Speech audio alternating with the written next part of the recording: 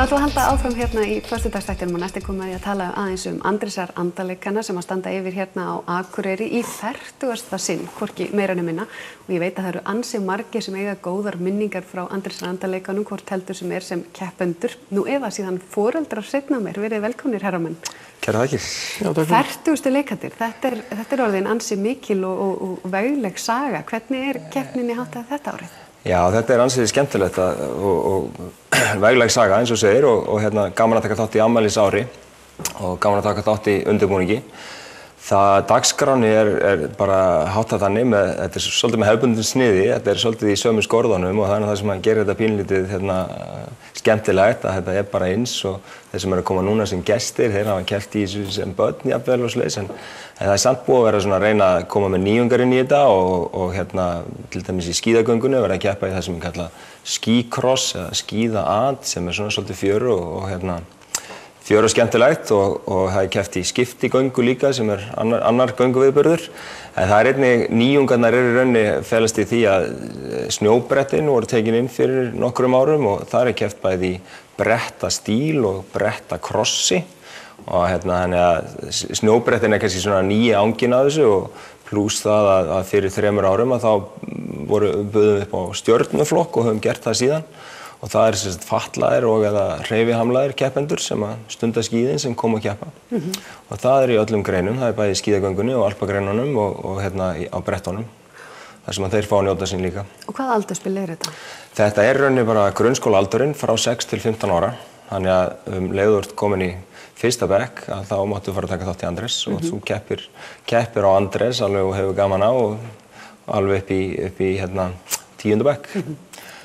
Og margir þáttakendur í ár? Já, í ár eru rétt tæplega 700 keppendur. Wow. Og langstærsti hlutin í alpagreinum.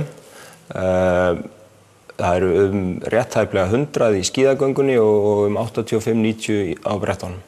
Þannig að þetta nú örlítið færra heldur en í fyrra og ég held að kannski bara veturinn sem búinn að vera okkur ákaflega erfiður, allstaðar á landinu. Jafnvel þó að sé mikill snjór í Bláfjöllum að það var verið erfiður bara vindasamur og svoleiðis. Þannig að við ætlum að kenna erfiðum vetri þessa örlitlu fækkun. En þú varst að keppa sjálfur og þeir reyndar báðir eða ekki sem drengir. Manstu vel eftir þessu? Já, ég man sérstaklega vel eftir því ég kom inn í fyrsta sinn sem hefur sennilega verið svona kringur 1982. Þá misti ég skíðið bara eftir 10 metra og á mínu fyrstu Andrésarleikum en fallir farar heill þannig að maður hélt bara áfram og nú kemur maður með krökkunum og örugglega búinn að koma í 20 sinni eða eitthvað. Já, það hlýtur að vera svolítið gaman að koma núna sem foreldri líka. Já, það svolítið gaman einmitt að fyrsta lagi ótrúlega gaman að bara sækja Akureyri heim, mjög skemmtilegu bær og í öðru lagi náttúrulega utanumhaldið, utanum Andrésar andaleikana svona eins og mínu í ólympíuleikar, það eldur, það skrúðganga og þetta ofsalega mikil upplifun fyrir krakkan og lagður gífurlega mikil metnaður í mótahaldið sem gerir það verkum að ekki bara mömmur og pappar koma heldur jafnvel ammar og ömmur og afar og þetta svona fjölskylduhátíð og Gísli til þess veit ég með öll systkini sín hér og foreldra úr 2 félögum. Þannig að þetta nú svona eins og ég sagði konuna mína þegar ég labbaði út úr höllinni fyrir nokkrum dögum síðan, þetta hið raunverulega ættamót skíðamannsins. Þannig að það nú líka partur af þessu og það líka kannski þannig sem íþróttir hafa kannski svolítið þróast með skemmtilegum hætti að þetta ekki bara keppnin og að vinna og fá bikarinn heldur líka bara fjölskyldu skemmtun. Já, það það sem við leggjum áherslu á við Andrésarleikana. Þetta eru Andrésarleikar, þetta eru leikar, þetta ekki bara keppni og að allir fá að njóta sín og allir fá að vera með það sem skiptir ekki hvað minnstu máli.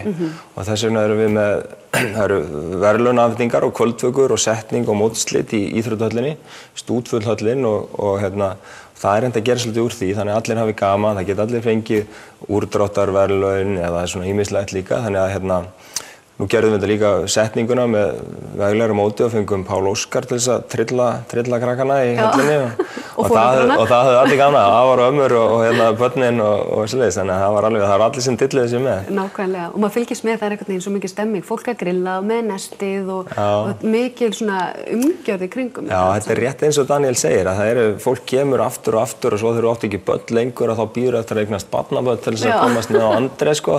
Þannig að foreldrar mínir til dæmis eru með 7 barnabörnin hérna núna að keppa, þannig að þetta er svona umgjörðin í kringum þetta og maður þekkir alla og maður er að smella kossum og alla hingað og þangað alla helgina. Þannig að þetta er svona líka reunion bara. Já, þetta er það nefnilega. Og þið eruð að vestan, ekki satt? Jú, við erum báðir Ísfirðingar. Við erum báðir Ísfirðingar.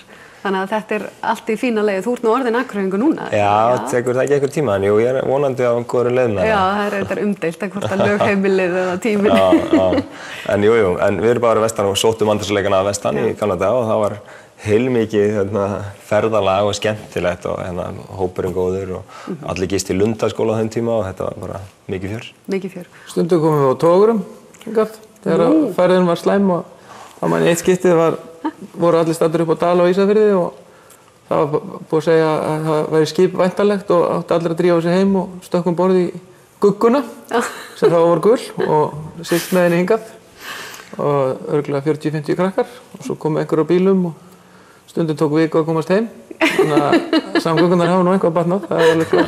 Þetta er eins og þetta séu fornöld. Já, þú sér það sko, þetta er allar þessar sögur og bakvið Andrésarleikana, það er allir svona sögur af ferðalögum eða þáttökunni og verunni á Akureyri, þannig að þetta er svo gaman. Yndislegt, takk fyrir komuna, herra minn. Og ég hvet ykkur líka bara þó að þið eigið ekki aðstandendur þarna að kíkja bara aðeins upp yfir og smetla á sig skíðin eða bara labba og skoða, það er alltaf einhvern veginn yndisleg stemming í Hlíðarfjalli og Andrésarleikunum en við höldum áfram í föstudagsþættinum eftir augnablik.